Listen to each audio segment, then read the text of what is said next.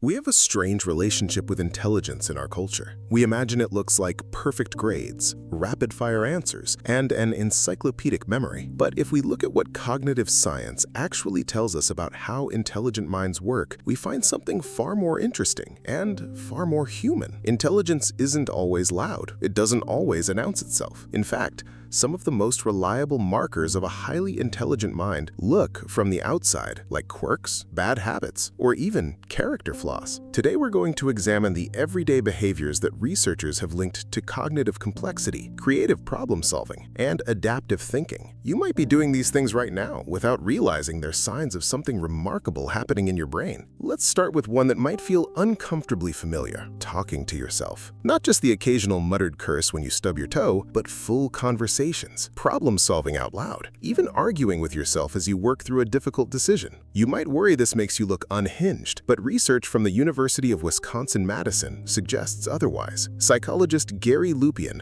found that people who verbalize their thoughts while solving problems actually perform better on cognitive tasks. When you talk to yourself, you're not losing it. You're engaging multiple cognitive systems simultaneously. You're activating language centers, auditory processing, and executive function all at once. This creates what researchers call external working memory. Think of your brain like a computer. When you speak your thoughts out loud, you're essentially using external storage to free up RAM for more complex processing. Highly intelligent people instinctively recognize that their internal monologue becomes more powerful when it becomes external. They're less concerned with looking strange and more interested in optimizing their thinking process. So, the next time someone catches you debating the merits of two grocery lists out loud, you're not being weird, you're being efficient. Here's another one that might surprise you: staying up late. Not because you're binge watching a series, but because your brain simply comes alive after dark. You might have been told your whole life to be a morning person, that successful people wake up at 5 a.m. But a 2009 study published in Personality and Individuals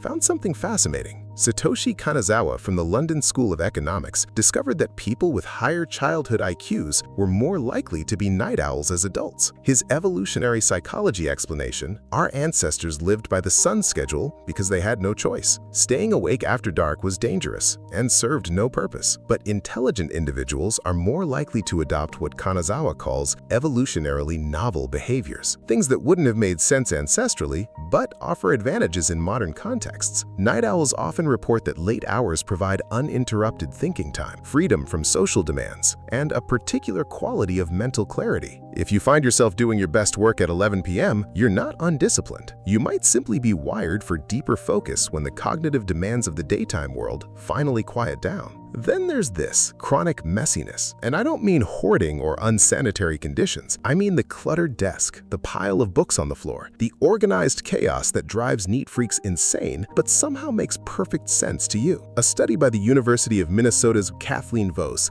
examined the relationship between the environment and creativity. She found that participants working in messy spaces generated significantly more creative and interesting ideas than those in tidy environments. Here's why. A disorganized space is actually cognitively stimulating. Your brain is constantly making micro-decisions about what's important and what can be ignored. This trains your attentional filter. Highly intelligent people often have complex, non-linear thought processes. Their physical environment reflects their mental landscape: multiple threads running simultaneously, connections forming between seemingly unrelated concepts. A clean desk might signal discipline, but a messy one often signals a mind that refuses to be constrained by conventional organizational systems. Einstein famously said, "If a cluttered desk is a sign of a cluttered mind, of what then is an empty desk a sign of?"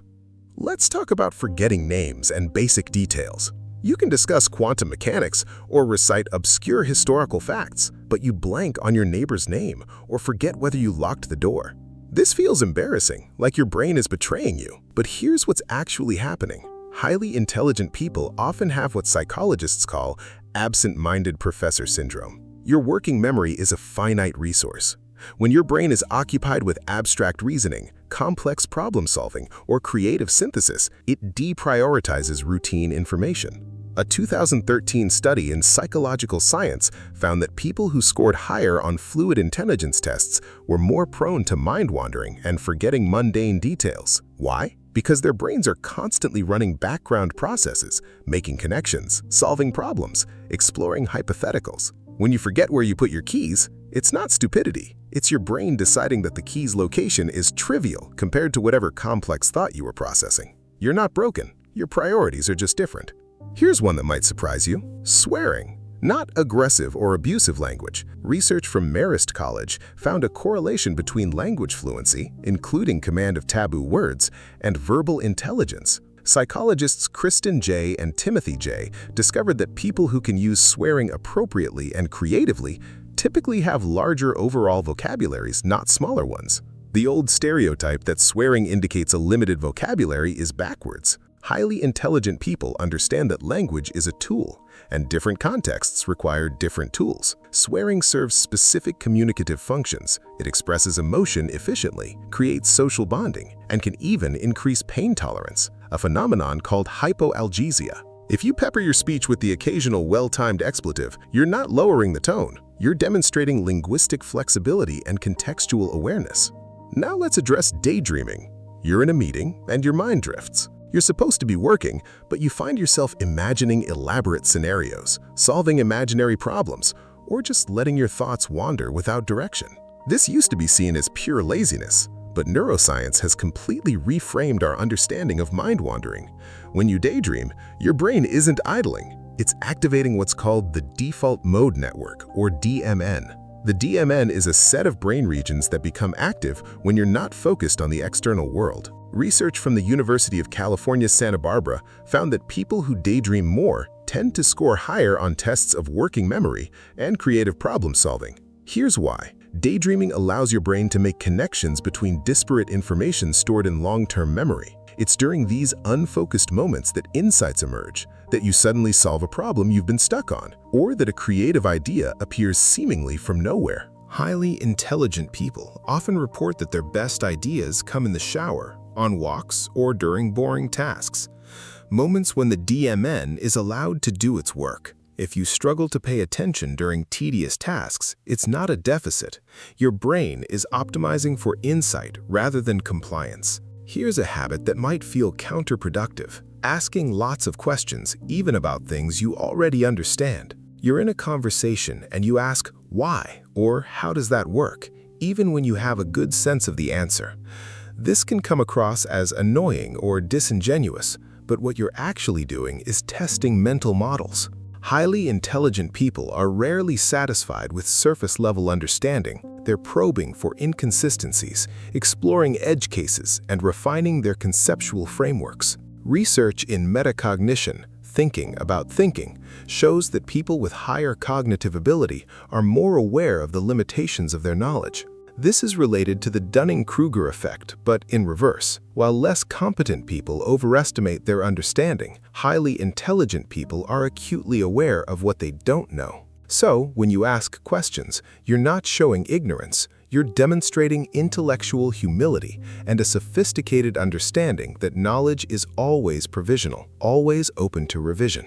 Let's talk about changing your mind. Some people see this as a weakness or inconsistency. You said the opposite last year. But cognitive flexibility, the ability to update your beliefs in response to new evidence, is one of the most reliable markers of intelligence. A study published in Thinking and Reasoning found that people with higher IQs were more willing to change their opinions when presented with contradictory data. They also showed less susceptibility to confirmation bias, the tendency to seek only information that supports existing beliefs. Highly intelligent people treat their beliefs like hypotheses, not identity markers. When you change your mind, you're not being wishy-washy. You're demonstrating that you value truth over ego, that you're capable of holding your own ideas at arm's length and examining them critically. This is rare. Most people defend their beliefs like defending their lives. But if you find yourself saying, I used to think X, but now I think Y, you're exercising one of the highest forms of cognitive sophistication.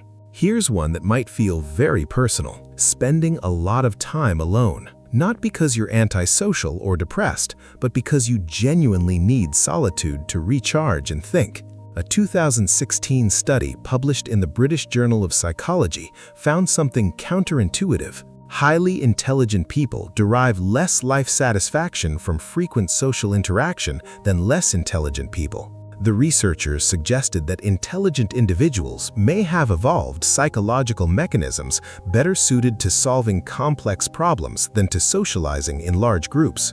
This doesn't mean intelligent people are hermits, it means they're selective about social engagement. They recognize that their cognitive resources are finite and that certain kinds of thinking require uninterrupted time. If you prefer a quiet evening with a book to a crowded party, you're not defective. You're honoring the conditions under which your mind works best.